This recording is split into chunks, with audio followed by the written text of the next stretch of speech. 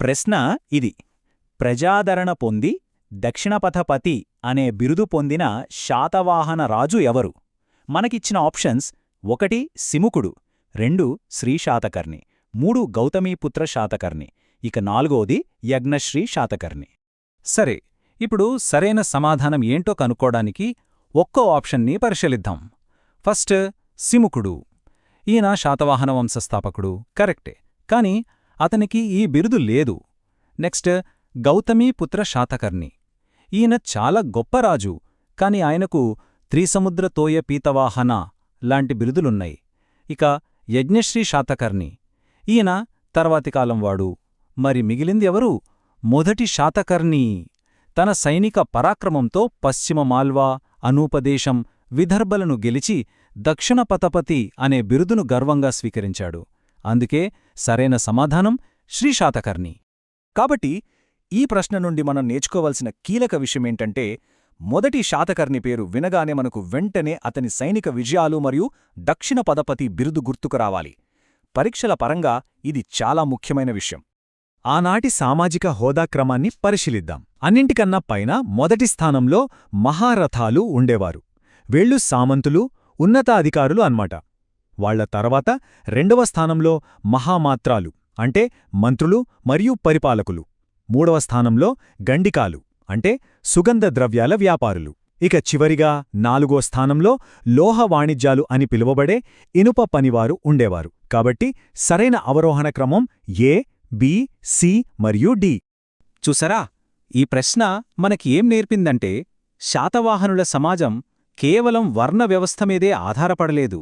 వారి వృత్తిని, పరిపాలనలో వారి హోదానో బట్టి కూడా ప్రజలను స్పష్టమైన తరగతులుగా విభజించారు. ఈ క్రింది వ్యాఖ్యానాలను పరిశీలించండి. వ్యాఖ్యానం ఏ: గౌతమీపుత్ర శాతకర్ణి తనను గౌతమీపుత్రునిగా పిలవడం గర్వంగా భావించాడు. వ్యాఖ్యానం బి: గౌతమీపుత్ర శాతకర్ణి తరువాత అతని కుమారుడు గౌతమీపుత్ర యజ్ఞశ్రీ రాజ్యాన్ని క్రీస్తుశకం 102 నుండి క్రీస్తుశకం 130 వరకు పరిపాలించాడు. ఈ రెండింటిలో సరైన సమాధానమేంటో గుర్తించాలి. ఓకే, ఇప్పుడు ఈ వ్యాఖ్యానాలను విశ్లేషిద్దాం. వ్యాఖ్యానం ఏ: ఇది అబ్సల్యూట్గా సరైనది. శాతవాహన రాజులు తమ పేరు ముందు వాళ్ళమ్మ పేరు పెట్టుకోవడం అనేది మాతృస్వామ్య గౌరవానికి ఒక చిహ్నం. కాని వ్యాఖ్యానం బి తప్పు. ఎందుకంటే గౌతమీపుత్ర శాతకర్ణి తర్వాత అతని కుమారుడు వాశిష్ఠీపుత్ర పులోమావి సింహాసనాన్ని అధిష్ఠించాడు, యజ్ఞశ్రీ శాతకర్ణి కాదు. కాబట్టి కేవలం ఏ మాత్రమే సరైన సమాధానం. ఇది చాలా ఆసక్తికరమైన విషయం కదా. శాతవాహనుల సమాజంలో స్త్రీలకు, ముఖ్యంగా తల్లులకు గౌరవం ఉన్నప్పటికీ సింహాసనాన్ని మాత్రం తండ్రి నుండి కుమారుడే స్వీకరించేవాడు. ఇది మాతృస్వామ్య గౌరవం, పితృస్వామ్య వారసత్వం యొక్క ఒక అద్భుతమైన కలయికనమాట. ప్రశ్న: ఆంధ్రదేశానికి సంబంధించి విదేశీ సాహిత్యంలో తొలి ప్రాచీన ప్రస్తావన ఎవరి రచనలో ఉంది? ఎంపికలు చూస్తే 1 Fahien, 2 Niccolo de Conti, 3 Megasthenes, 4 Marco Polo. ఈ ప్రశ్నకు సమాధానం కనుక్కోవాలంటే మనం టైం లైన్ని ఫాలో అవ్వాలి. చూడండి, ఫాహియాన్ వచ్చింది క్రీస్తు శకం 5వ శతాబ్దంలో, మార్కోపోలో 13వ శతాబ్దం, నికోలో డి కౌంటీ 15వ శతాబ్దం. వీళ్లందరూ చాలా తరువాతి కాలం వారు. మిగిలింది మెగస్తనీస్. ఈయన క్రీస్తుపూర్వం 3వ శతాబ్దంలో చంద్రగుప్త మౌర్యుని ఆస్థానంలో పనిచేసిన గ్రీకు రాయబారి. ఆయన రాసిన ఇండిగా అనే గ్రంథంలోనే మౌర్యుల తరువాత ఆంధ్రులు ఒక శక్తివంతమైన రాజ్యమని తొలిసారిగా ప్రస్తావించారు.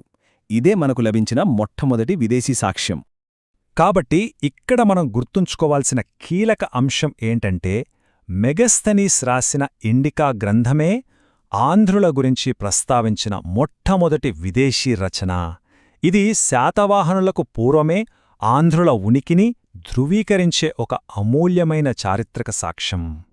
ప్రశ్న: శాతవాహనుల పరిపాలన గురించిన ఈ వ్యాఖ్యానాలను పరిశీలించండి.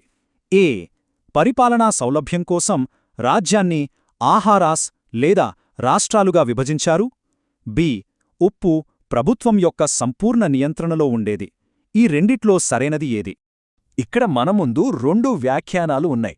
ఒకటి వాళ్ల పరిపాలనా విభజన గురించి, మరొకటి ఆర్థిక నియంత్రణ గురించి. వీటిలో ఏది సరైనదో ఇప్పుడు మనం విశ్లేషిద్దాం. వ్యాఖ్యానం ఏ సరైనది. శాతవాహనులు తమ విశాల సామ్రాజ్యాన్ని ఆహారాలు అని పిలిచే పరిపాలనా విభాగాలుగా విభజించారు. ప్రతి ఆహారానికి ఒక అమాత్యుడు బాధ్యత వహించేవాడు. వ్యాఖ్యానం బి కూడా సరైనదే. ఉప్పు తయారీ, అమ్మకంపై ప్రభుత్వానికి పూర్తి కంట్రోలుండేది. ఇది రాజ్యానికి ఒక ముఖ్యమైన ఆదాయ వనరు. కాబట్టి ఏ మరియు బి రెండూ సరైన వ్యాఖ్యానాలే.